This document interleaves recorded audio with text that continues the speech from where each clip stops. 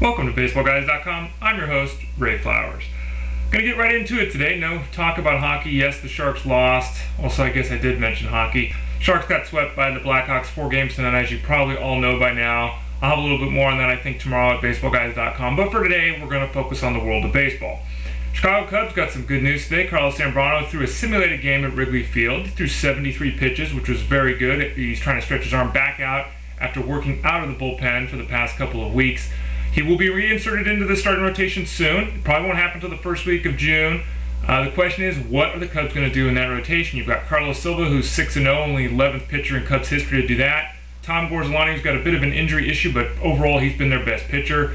Ryan Dempster's been their best starting pitcher the past couple of seasons. Randy Wells has done a pretty good job too. Ted Lilly's not going to the bullpen. What is the club going to do?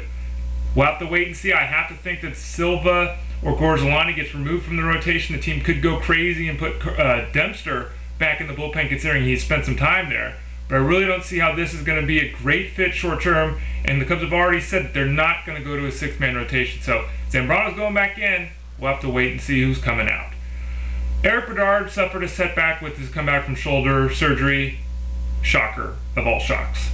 Bedard's made 30 starts the past 2 seasons. He just can't stay healthy. We all know that. The talent is there. Every time he's been hurt and returned to the field, he's done a very good job, but you just cannot trust him. In fact, I went on record before the season started and said I wouldn't take Erik Bedard in a single league ever.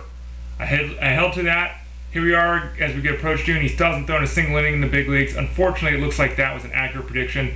Hopefully this is a minor setback and he'll be back to throwing with the goal of getting back on the field in June. But with Erik Bedard, total crapshoot.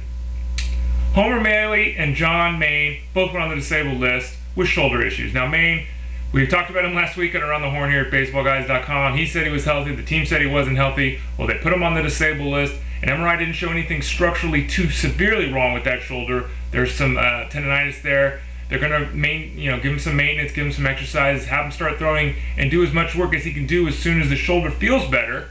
Hopefully he can be back soon for the Mets club, but he's got a lot to prove after going on the disabled list with that fastball sitting in the 84 to 85 mile an hour range.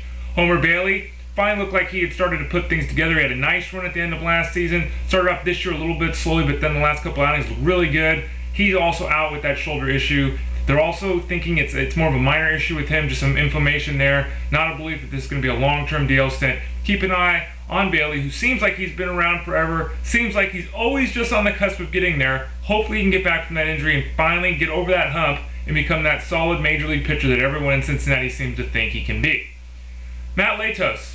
It's a name to remember if you don't know who he is. He's a big right-handed pitcher for the Padres. Those of you on the East Coast may not have had a chance to see him pitch yet. Next time he's on TV, watch this young man. In his last 4 starts, he's been completely dominant. 25 strikeouts, 3 walks. His ERA is 0.93, and his whip is 0.55.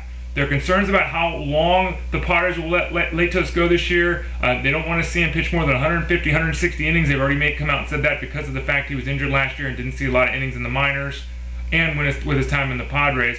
So we'll have to wait and see how far down the line he goes with his inning totals. But whenever he's on the hill, he's been dynamite, and he has a ton of value in fantasy leagues until the team chooses to shut him down. Well, in Baltimore, more of the same in the 9th inning, and that's more of the bad news in the 9th inning. Alfredo Simon, who's really taken over the 9th inning, done a pretty good job with all the injuries there in Baltimore. He strained his hamstring. Now, not sure if he's going to go on the disabled list. He said he's had issues like this in the past. It's taken him about 2 weeks to recover from that. Obviously, that would be something like a DL stint. At this point, you got to look at Clay, Meredith, and Ohman as getting work in the 9th inning. And yeah, if that sounds disastrous to you, if you're an Orioles fan, it is. If you're in a fantasy league, you can grab either one of those guys and hope you get a save or 2 here. I still think Mike Gonzalez comes back. He's had some positive reports. He's been throwing in a little bit of game action. I think he comes back and he gets a shot to get back in that 9th inning role pretty quickly. They don't really have many other options there with guys like Uhara already on the disabled list. Gordon Beckham's going to stay with the big league club. At least that's what Ozzie Guillen says. Beckham's hitting 191 on the season. His OPS has been pathetic. It's under 550 for the year. He's got a couple of days off. They're going to put him back in the lineup and give him a chance to run with it there with the White Sox. If he doesn't, see an uptick in his performance the next 7 to 10 days, though, you'd have to think the club would make a move, send him down to the minor leagues. Don't forget, he's got less than 60 games of minor league experience under his belt. He came up last year and did so well, people forget about that. You know, his total numbers in his big league career, it's about a 250 average, 15 home runs, 75 RBIs, 75 runs scored, right around that mark, and about 520 at-bats. Really good numbers. It's just he was really good last year and really bad this year. I'd hold on to Beckham if you can in fantasy leagues. Second and third base eligibility gives him a lot of value. Even if they set him down, I would think he'd go down, work on his stroke, fix things, and be up and have a really good shot at a big second half.